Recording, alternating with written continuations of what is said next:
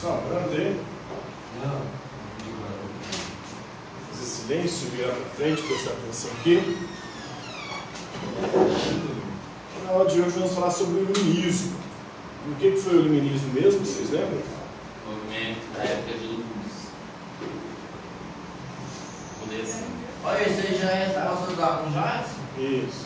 Ó, da aula isso aí, viu? Não estou copiando as perguntas. O iluminismo foi um movimento cultural que ocorreu no século XVIII, que acreditava que a luz que deve guiar a humanidade é a luz da... Qual luz? Razão. Exatamente. A luz da razão. Somente a razão, a ciência e a tecnologia pode nos conduzir à liberdade. Somente a razão, a ciência e a tecnologia pode nos conduzir ao progresso. Os iluministas eram críticos da Idade Média, que eles chamavam de Idade das Trevas, porque foi um período histórico que as pessoas se guiavam não pela razão, mas pela fé, pela religião. Por isso, Idade das Trevas. A religião, ao invés de nos conduzir à liberdade, conduziu à escravidão. A religião, em vez de conduzir ao progresso, nos conduziu ao atraso. A religião, em vez de resolver os problemas humanos, criava mais problemas, inclusive com guerras. E até hoje a gente vê problemas relacionados aí à religião. Nós temos um conflito atualmente acontecendo no Oriente Médio, entre Israel e os palestinos. Quem está ganhando? É um conflito histórico com matrizes religiosas, de uma terra que é santa para três povos: para judeus, para cristãos e para muçulmanos. Historicamente, aquela terra não pertenceu sempre aos israelitas, aos judeus. Qual o motivo dessa guerra? O motivo é que criou-se em 1948 pela ONU o Estado de Israel. O Estado foi criado artificialmente. Em 70 depois de Cristo, depois que Jesus morre, em 70, os judeus são expulsos daquela região. O templo é destruído, os judeus se dispersam pelo mundo. E desde 70, então, depois de Cristo, os judeus já não habitavam mais ali. Um ou outro habitava. A partir do século VII, os muçulmanos começam a dominar aquela região, através da atuação do islamismo.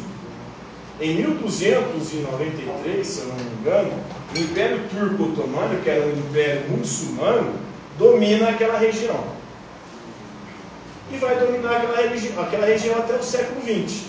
Quando o Império Britânico, ou seja, a Inglaterra, vai dominar aquela região, tomando o poder daquela região do Império Turco Otomano depois da Primeira Guerra Mundial.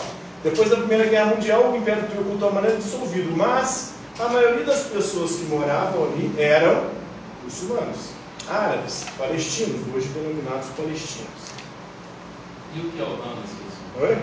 O Hamas é um partido político, mas ao mesmo tempo uma entidade terrorista.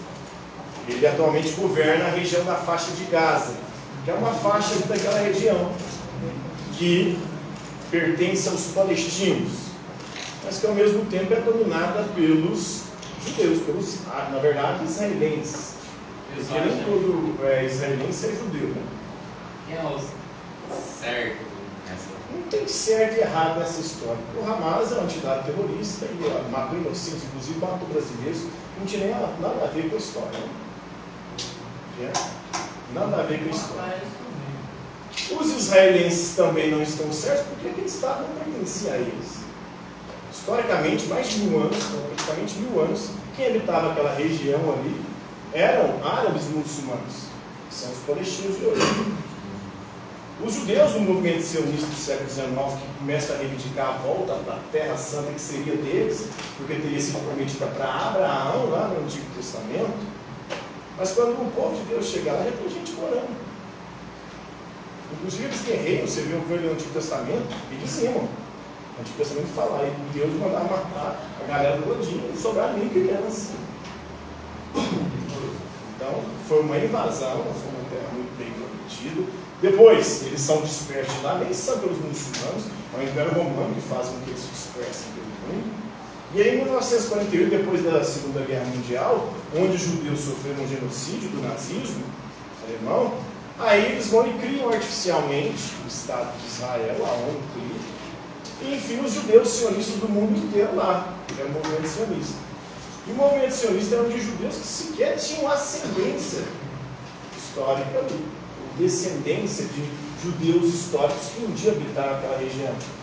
A maior parte de estudos genéticos mostram que a maior parte dos israelenses hoje, eles não são de origem semítica, que é dos povos do Oriente Médio. Eles são de origem do Cáucaso, que é a região de europeu, ali da Garoa mais claro, né? Então não são semíticos. Então isso é uma merda gigantesca criada pela ONU e que, né, faz com que aquela região seja um barril de pólvora. Não vai resolver nunca.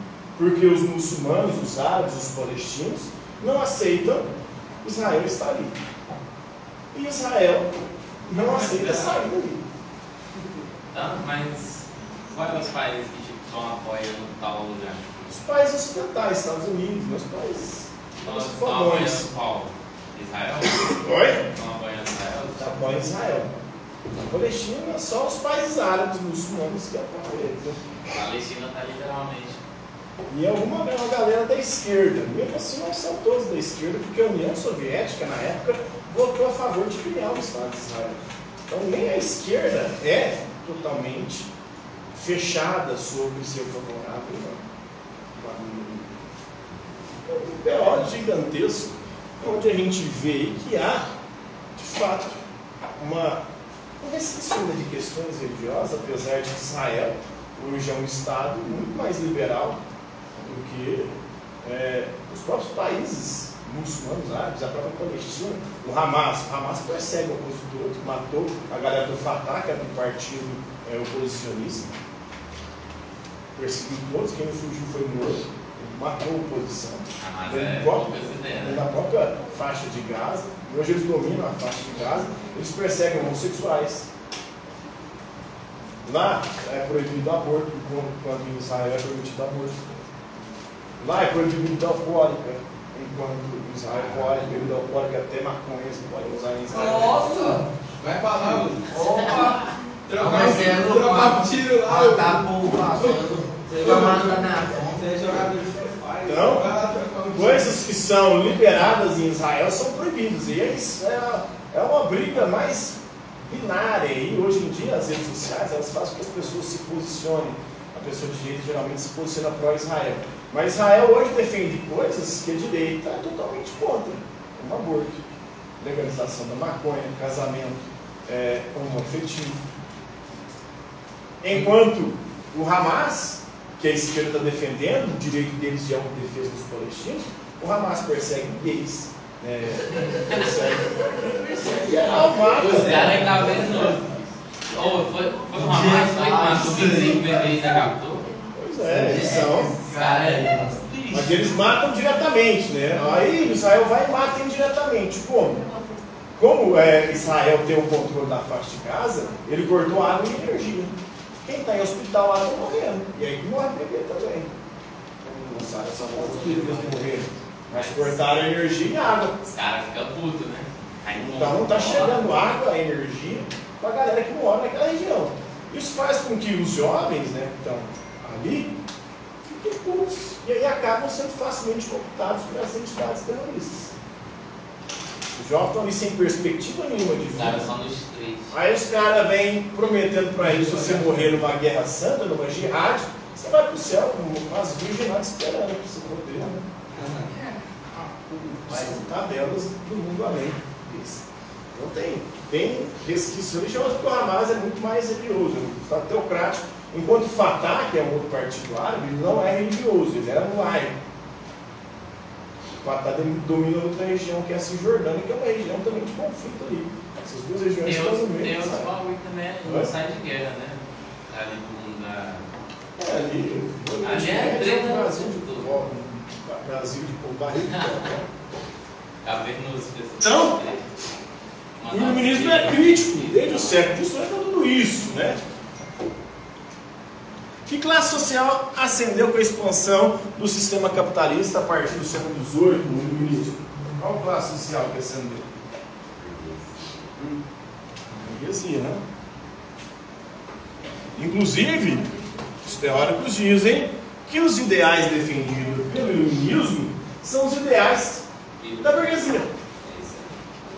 E são os ideais que hoje são defendidos por Israel. Que é liberdade, tolerância, igualdade jurídica, igualdade jurídica, propriedade privada, fraternidade, essas coisas aí, teoricamente defendidas por Israel. A liberdade, que é muito mais do que a liberdade econômica, dos empreendedores, dos burgueses fazerem negócio, com quem quiserem bem entender. Tudo isso contra o antigo regime. O que foi o antigo regime? O antigo regime era a sociedade estamental, que predominou na Idade Média e em parte da Idade Moderna. Uma sociedade estamental onde quem estava no topo da pirâmide social? O clero. Junto com o clero, com privilégios e regalias, nós tínhamos a nobreza,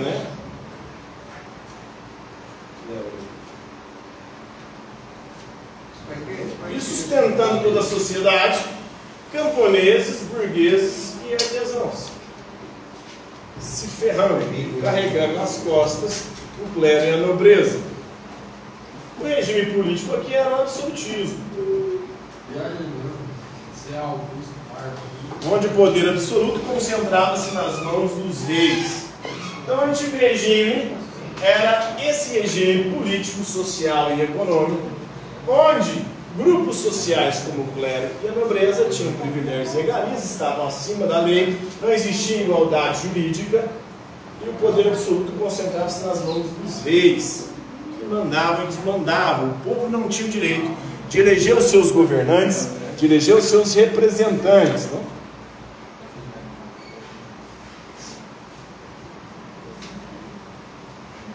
Então esse foi o antigo regime, a sociedade estamental. A diferença entre a sociedade estamental e a sociedade de classe é que na sociedade estamental praticamente inexiste mobilidade social. Se você nasce na base da pirâmide, vai ser praticamente impossível você ascender às outras posições. Você nasce camponês, jamais você vai chegar a nobre. Você pode chegar até o clero, é uma possibilidade.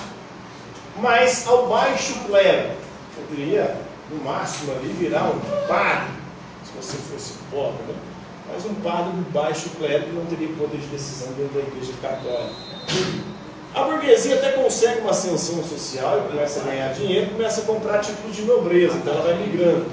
Os artesãos a mesma coisa, Os artesãos que não viram burgueses, eles perdem os seus instrumentos, as suas oficinas, e passam a ser controladas pela burguesia. E aí eles viram um operário, vão virar o proletariado, depois das mudanças sociais e econômicas. Então esse foi o antigo regime. O regime onde reinava o absolutismo, o poder absoluto nas mãos dos reis.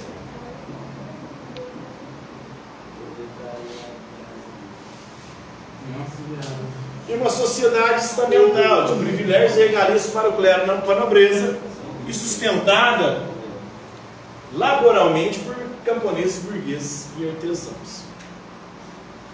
No século XVIII também acontece a Revolução Industrial. O que foi a Revolução Industrial? Foi o movimento lá, deu origem a uma alavanca da economia. Ela acontece no século XVIII também. Em qual país? Na Inglaterra. E qual que é a revolução que ela traz? A introdução das máquinas no processo produtivo. Cacete! Como você fez isso?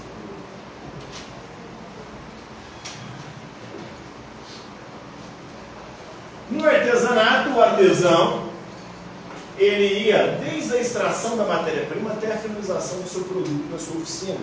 Então, o artesão ele fazia tudo, desde extrair a matéria-prima até finalizar o produto, a sua mercadoria.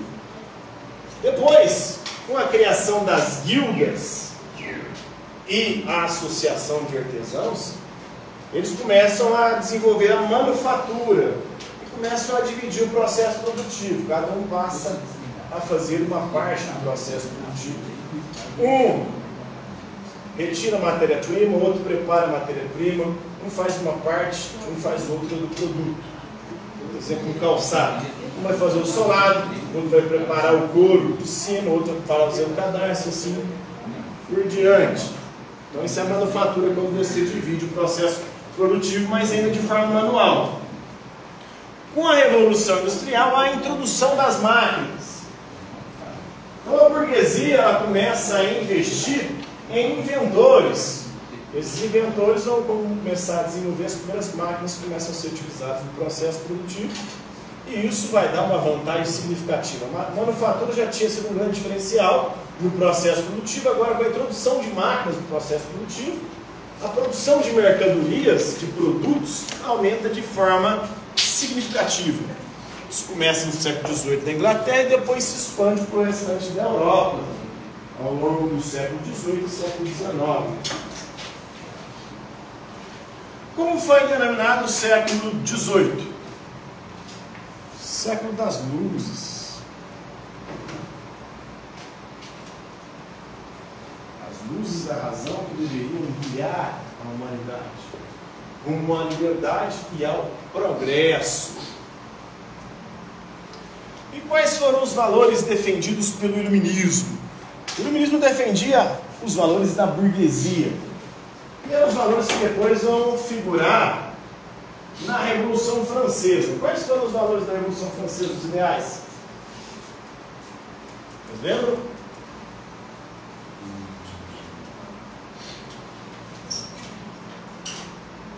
Liberdade, igualdade, fraternidade.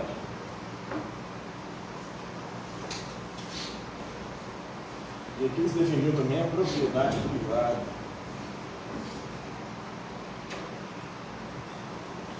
Propriedade privada que não existia da forma como nós modernos a entendemos, por exemplo, na Idade Média. Tinha as terras comunais, as terras coletivas. Depois da Revolução Industrial na Inglaterra, os camponeses são expulsos dessas terras comunais, as terras dos senhores feudais, que eram as terras onde os camponeses podiam morar e produzir ali aquilo que depois iria garantir a sua subsistência. Então, há uma predominância agora da propriedade privada, uma propriedade privada dos meios de produção e também das terras. A fraternidade aqui é a tolerância religiosa. As pessoas têm que aprender a conviver